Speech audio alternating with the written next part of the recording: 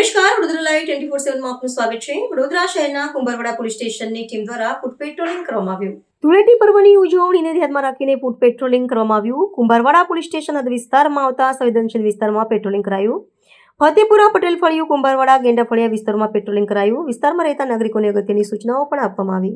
આજરોજ Kumbharwada police station વતી SRP સાથે તેમજ હોમગાર્ડ સાથે કુંભારવાડા સંવેદનશીલ વિસ્તારોમાં ફૂટ પેટ્રોલિંગ કરવામાં આવી રહ્યું છે। ખાસ કરીને કુંભારવાડા ધૂળધોવાવાડ મસ્જિદ વિસ્તાર, પાંજરીઘર મોલ્લા વિસ્તાર, હાથીગર મુસ્લિમ પંચવટી વિસ્તાર તેમજ ગેંડા ફળિયા વગેરે વિસ્તારોમાં ફૂટ પેટ્રોલિંગ કરવામાં આવી રહ્યું છે।